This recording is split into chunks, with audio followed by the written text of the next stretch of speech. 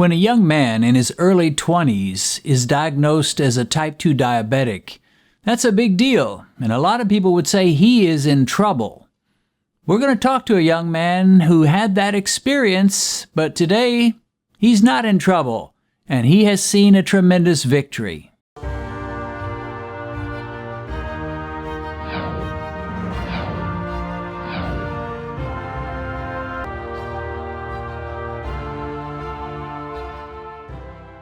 Well, folks, I am happy to have a man by the name of Justin Buoy, who has an exciting story to tell. Justin, welcome to Beat Diabetes.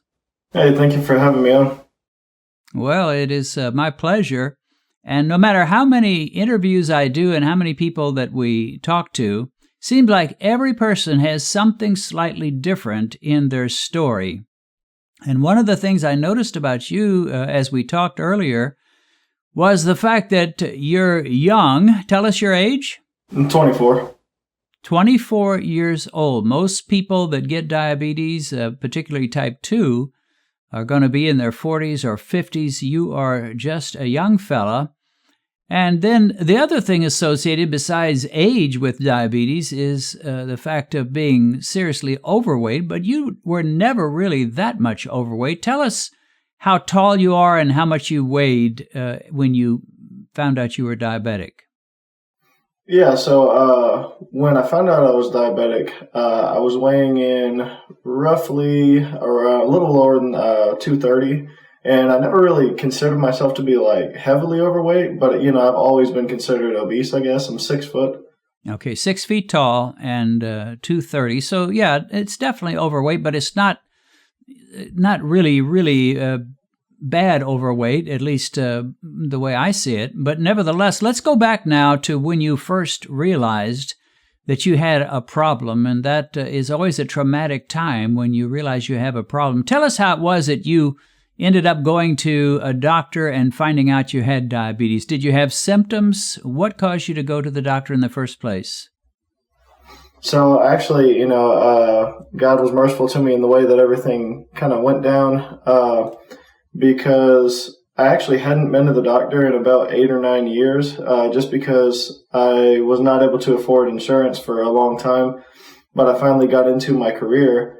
They provide not only insurance, but they provide incentive to go to the doctor and get checkups and things like that. So it was actually about a week before I went to the doctor. Me and my wife were on vacation, and I just started getting like desperately thirsty in the middle of the night, like drinking 5-6 bottles of water, and just like it didn't do a thing for my thirst, and just using the bathroom all throughout the night. That was weird for me, but I just kind of, I wasn't really sure what to do with that. We've been exercising a lot. And then the next couple days, I went to do my physical, and they were concerned about that. And it was that Sunday when we were at church. I felt kind of funny, kind of lightheaded. And so I decided to check my blood sugar just, for the heck of it. And it was actually almost 400, and I hadn't eaten.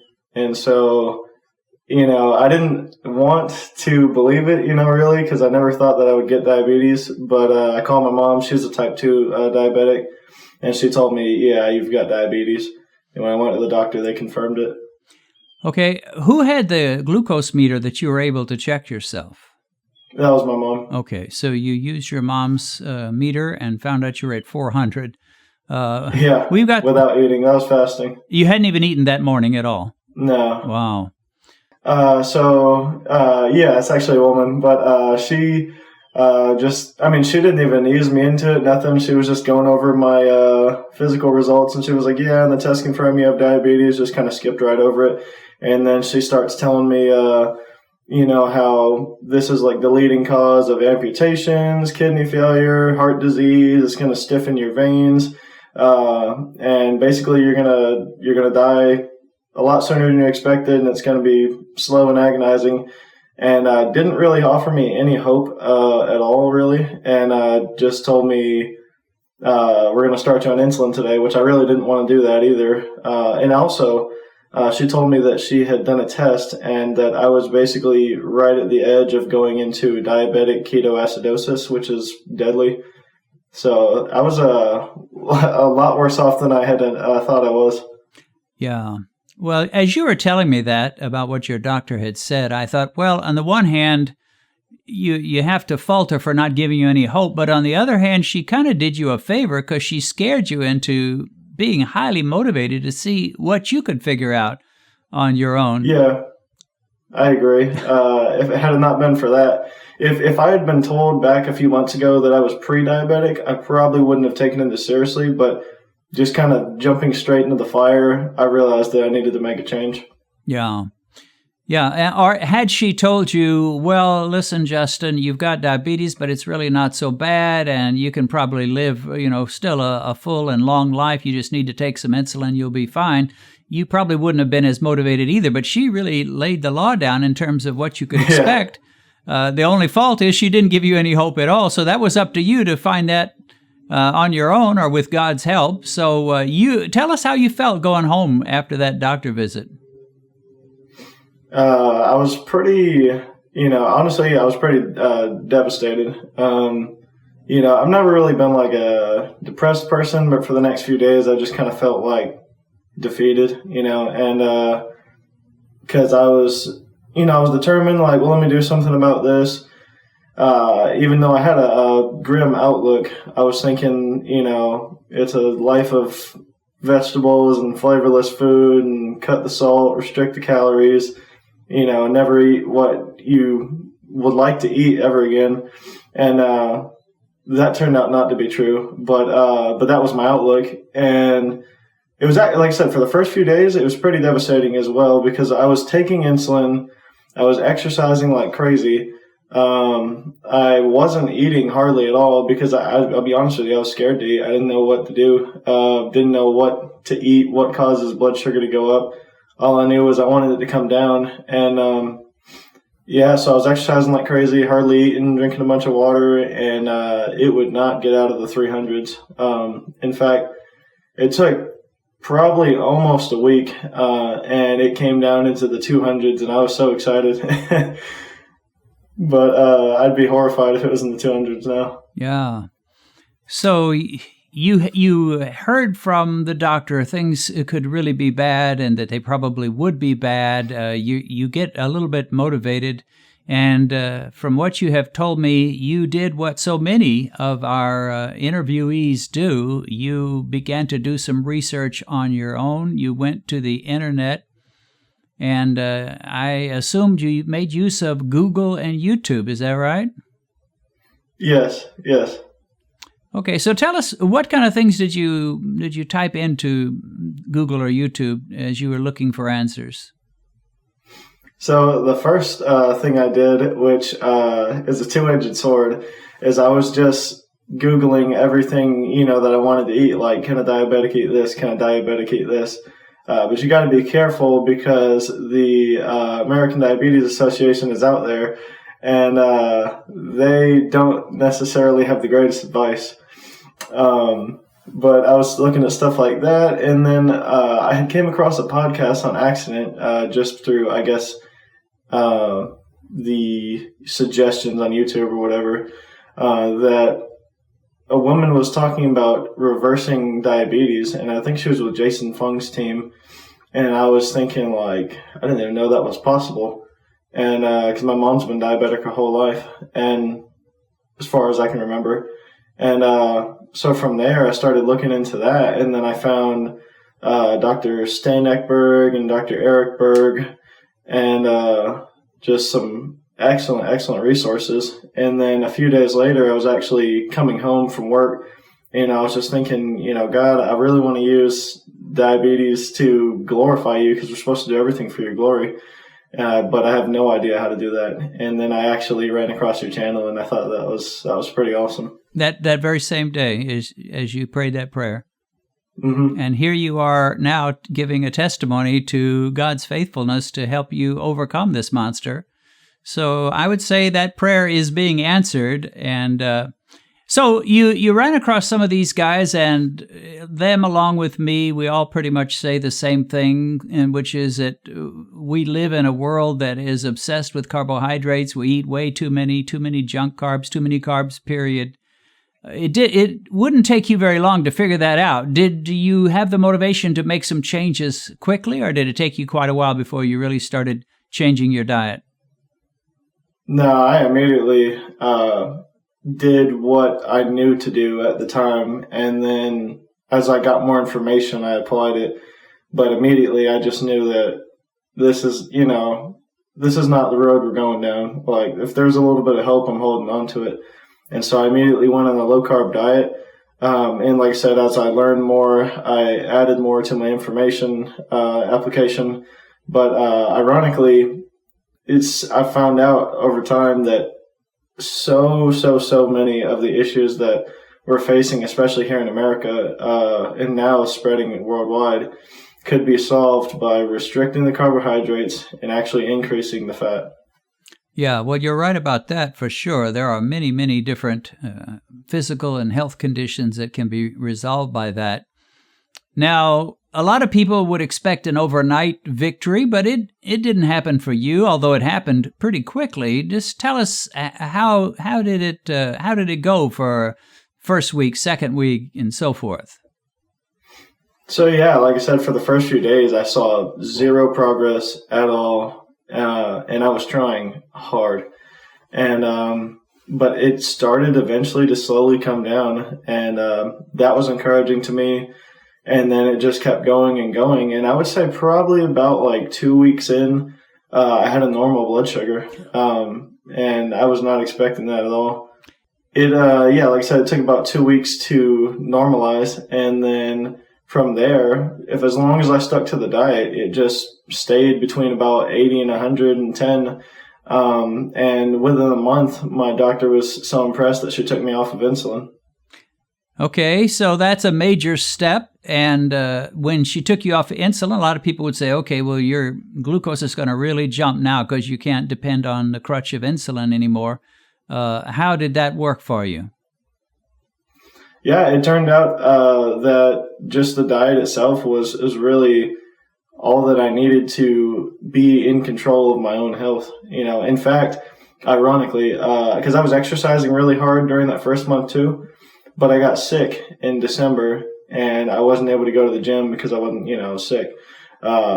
And so I actually hadn't been back to the gym in 3 months. And all I was on was metformin, and that was by choice. And it's been under control ever since, not an issue. Oh, that's wonderful. The fact that you're so young, and I mean, you may not feel young, but to me, you're pretty young. And you got diabetes in your 20s.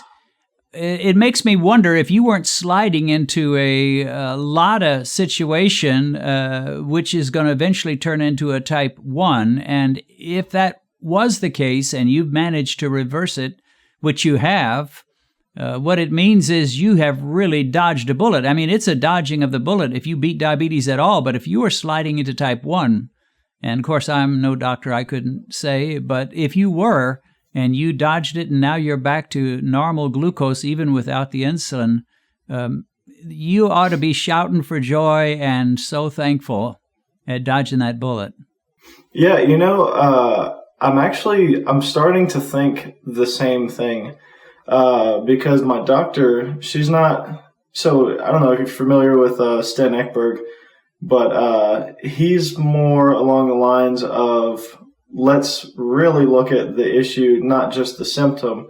And so, just because your blood sugar is normal doesn't mean your insulin levels aren't high. And to make a long story short, my doctor's really not going down that route, but I'm under the impression that I've probably damaged beta cells in my pancreas at this point, which I'm hoping through intermittent fasting can potentially repair those or regenerate those. But yeah, I think you're exactly right. I think I was heading towards type 1.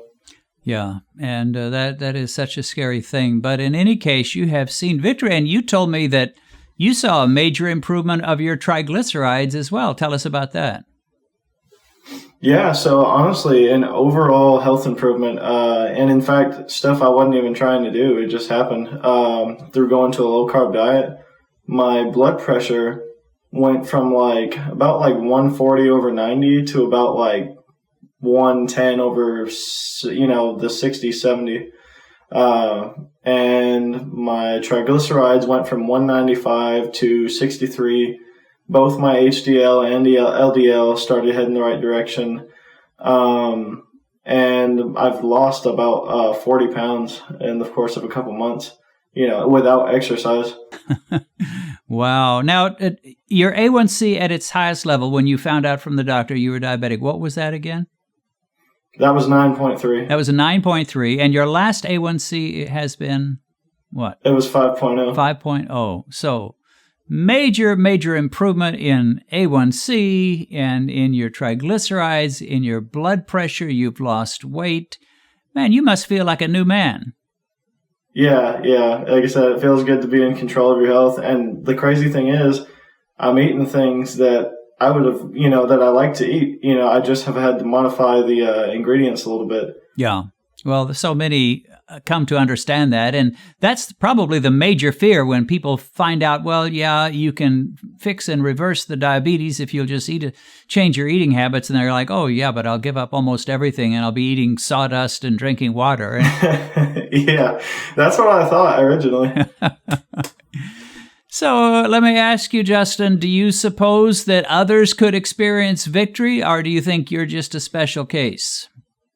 Oh, easily. I mean, and honestly, my story is not even that dramatic. This is something that anybody can do, and the fact that it's been able to be done in just a couple of months with really, it's not a burden on me, the changes I made, and it's had great results so far. Anybody can do it. Absolutely. Well, it's kind of funny. I was asking, did you see results quickly? You said, well, no, it took a while. And then you said, but by about 2 weeks, my glucose was normalized. And I'm thinking, well, it didn't take very long. If you can get that done in 2 weeks' time. There are people who go year after year after year trying to get their glucose down into a close to normal range, and they never managed to do it. And you did it in 2 weeks' time. So give a word of encouragement as we bring this to a close, Justin. Just let the people know there's hope for them as well. There's people listening to this that are scared to death like you were and wondering, what do I do? Give them a word of encouragement. So, yeah, I mean, definitely it's something that you can do. You're going to need to listen to the right folks because there are two sides to this battle. And it's not necessarily anybody's trying to hurt you, but some people are getting outdated information, which we've, run past.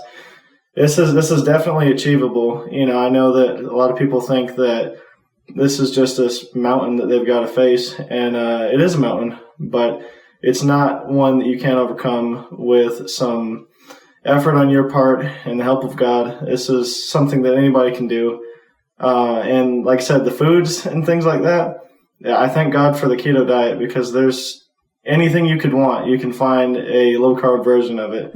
Like I had mentioned, my beta cells may be damaged at this point, but intermittent fasting may revive some of those. But I know that even if I'm not healed in this life, I've repented of my sins. God has filled me with the Spirit.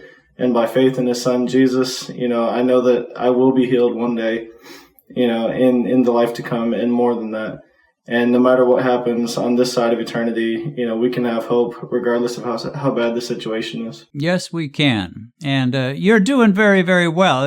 Whether you want to call it a healing or not a healing, to go from a 9.6 A1c to a 5.0, your triglycerides down, your blood pressure better, you've lost all this weight, you have done fantastic. And if you keep on this course, and I just could see you living to be an old man. So you probably have a lot of years left in you.